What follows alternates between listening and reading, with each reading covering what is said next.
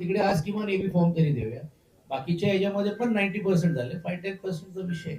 आणि आपण आता जे म्हणत होतो तसं की शेवटी हे लक्षात घ्यायला पाहिजे किंवा ज्यावेळी आम्ही एकत्रित एक पर्याय विरोधी पक्ष दिला, कारण भारतीय जनता पार्टीचा हा पूर्ण प्लॅनिंग आहे की पुणे महानगरपालिकेमध्ये आणि पिंपरी चिंचवडमध्ये ऑपोजिशनच ठेवायचं नाही.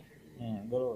आणि हे तुम्ही जर बघितलं असेल की ज्यावेळी मुख्यमंत्र्यांनी पहिली स्टेटमेंट दिली की तुम्ही राष्ट्रवादीवर जाणार का, त्याला की आम्ही काय वेडे आहोत का किंवा राष्ट्रवादी काय, आम्ही ऑपोजिशनला स्पेस का द्यायचं, म्हणजे ह्यांची ठरलेली महायुतीमधून आम्ही इकडे लढू, तुम्ही हे लढा.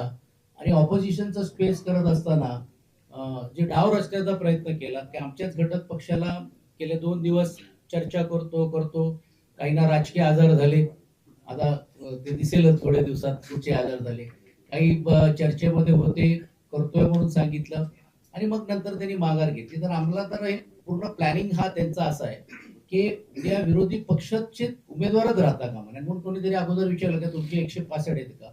आता परिस्थिती अशी आहे की त्यांच्यातले अनेक लोक आमच्या संपर्कात यायला मागतात, ते आमच्याकडे सांगतात की थांबा जरा, एक दिवस थांबा, एक दिवस थांबा. आणि आता स्पष्ट बोलायला हरकत नाही, काही भागांमध्ये तोही स्ट्रॅटेजीचा भाग आमचा आहे. म्हणूनच आम्ही उद्यापर्यंत आम्ही फॉर्म्स, ते बी फॉर्म्स पण आम्ही वाटप करायचं करणार. पण एक गोष्ट नक्की आपल्या माध्यमातून पुणेकराला हे समजायला पाहिजे की विरोधी पक्ष म्हणून जर हे सत्यामध्ये जर परिवर्तन करायचं जे लोकांच्या मनामध्ये, तर हा पर्याय हा काँग्रेस आणि हा शिवसेनाच असू शकतो. कारण राष्ट्रवादी काँग्रेस पक्ष हा सत्तेतलाच पक्ष, ज्याचा उल्लेख बंटीजींनी केलं की त्यांना काही गोष्टी करता आल्या असत्या, ते फेल झालेले आहेत.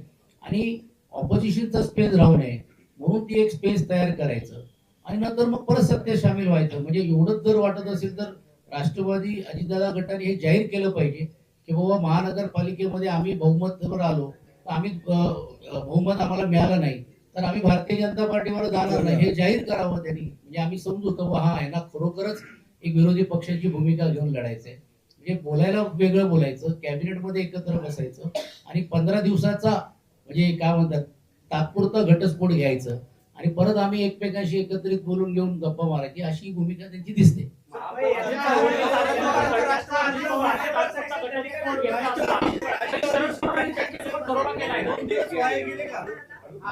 हो हो हो हो गेले नाही, ते गेले ना, त्यांचा आता निर्णय झाला. मी म्हणलं तसं नाही, तिथलाच विषय आहे ना, तो तिथलाच विषय आहे. आता काही ठिकाणी आता नागपूरला राष्ट्रवादी बरोबर युती आमची त्या ठिकाणी झालेली आहे. हा लोकल लेवलचा विषय, इथं तर आमच्या बरोबर नाही. नाही, त्याचा फटका बसणार नाही. स्थानिक पातळीवर म्हणजे महाविकास आघाडी आणि अजित पवार यांची एकत्रित बैठक झाली, जागा वाटपाचं सूत्र ठरलं, सगळं झालं. असं असताना मग काँग्रेसने वरच्या पक्षाने प्रदेशच्या नेत्यांनी ऐन वेळी का भूमिका अशी घेतली की अजित पवारला बरोबर नाही घेतली.